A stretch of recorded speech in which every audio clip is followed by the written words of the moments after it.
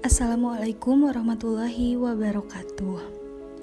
Perkenalkan, kami dari Angkatan 4, Kelompok 2, Latsar CPNS Provinsi Jawa Barat tahun 2022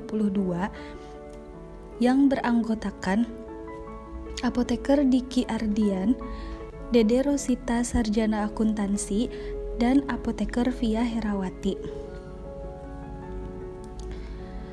Pada kesempatan kali ini, kami akan mendeskripsikan salah satu tokoh di Jawa Barat yang pantas menjadi panutan kita semua.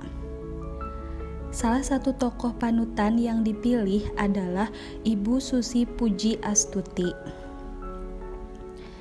Susi Puji Astuti lahir dari pasangan Bapak Haji Ahmad Karlan dan Ibu Hajah Suwuh Lasmina pada tanggal 15 Januari 1965 di Pangandaran.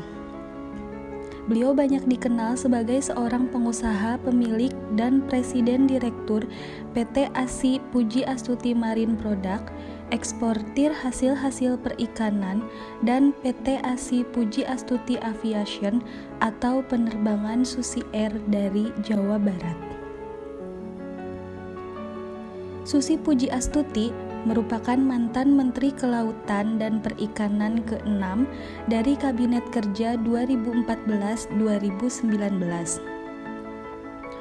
Dalam masa kepemimpinannya, beliau berhasil mendapatkan prestasi kerja yang belum pernah diraih oleh menteri terdahulu.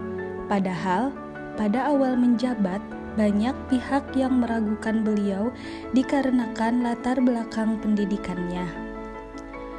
Maka, beliau sangat layak sekali untuk dijadikan sebagai tokoh panutan.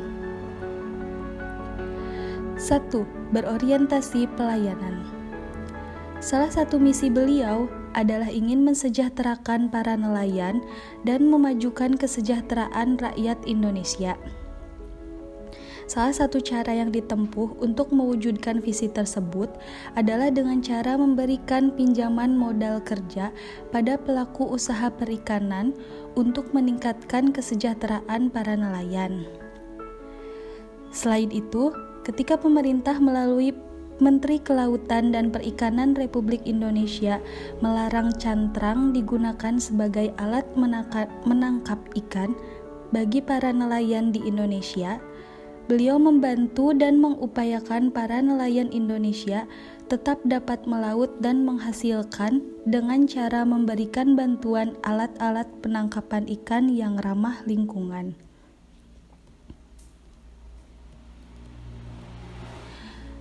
Akuntabel. Pada saat masa kepemimpinannya, beliau dikenal dengan sosok yang tegas dan berani. Hal itu ditunjukkan dengan tindakannya yang berani untuk menenggelamkan kapal asing yang masuk secara ilegal di Indonesia. Hingga Oktober 2019, tercatat 556 kapal pencuri ikan ditenggelamkan. Ini membuktikan integritas beliau sebagai Menteri Kelautan dan Perikanan. Kompeten.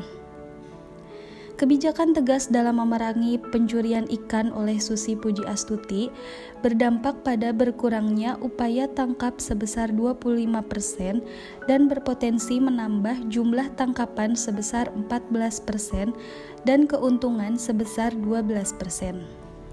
Terbukti, pada tahun 2018, stok ikan mencapai 13,1 juta ton, lebih tinggi dari tahun 2015 yang hanya sebanyak 7,3 juta ton.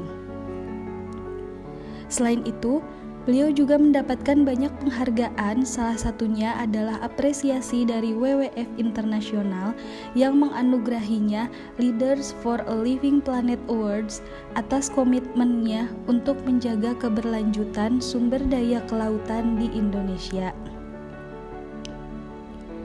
Harmonis. Sosok Puji Astuti sangat dikagumi oleh semua kalangan, terutama para nelayan, karena memiliki kemampuan dan komunikasi yang baik, rendah hati, suka berbaur dan bercengkrama dengan masyarakat, serta suka menolong dan sangat peduli terhadap orang lain, terutama para nelayan. Hal tersebut dibuktikan dengan memberikan gajinya selama menjabat menjadi menteri kepada nelayan tua, panti jompo, dan pembuatan asuransi bagi para nelayan. Loyal. Walaupun kebijakan menenggelamkan kapal-kapal pencuri ikan banyak mendapat respon negatif dari berbagai pihak, Susi tetap dengan pendiriannya. Beliau mengatakan bahwa langkahnya sudah sesuai dengan undang-undang serta dampaknya sangat terasa dengan meningkatnya produktivitas perikanan. Adaptif. Sebagai Menteri Kelautan dan Perikanan, beliau terus berinovasi dan mengembangkan kreativitasnya demi mendorong pengawasan sumber daya kelautan dan perikanan. Salah satunya dengan berkolaborasi menggagas GFW atau Global Fishing Watch, sebuah platform teknologi yang dapat mendeteksi aktivitas penangkapan ikan secara ilegal. Kolaboratif. Untuk mengawal visi misi pemerintah dalam mewujudkan pilar kedaulatan kelautan dan perikanan, Susi Pujiastuti menggandeng TNI untuk pelaksanaan program penguatan ketahanan pangan serta pengamanan dan pengawasan sumber daya kelautan dan perikanan di wilayah Nusantara dengan menandatangani MOU tentang kerjasama antara Kementerian Kelautan dan Perikanan dengan TNI. Sekian deskripsi tokoh teladan panutan dari kelompok kami. Semoga kita semua dapat mengimplementasikan nilai-nilai berakhlak seperti beliau. Terima kasih. Wassalamualaikum warahmatullahi wabarakatuh.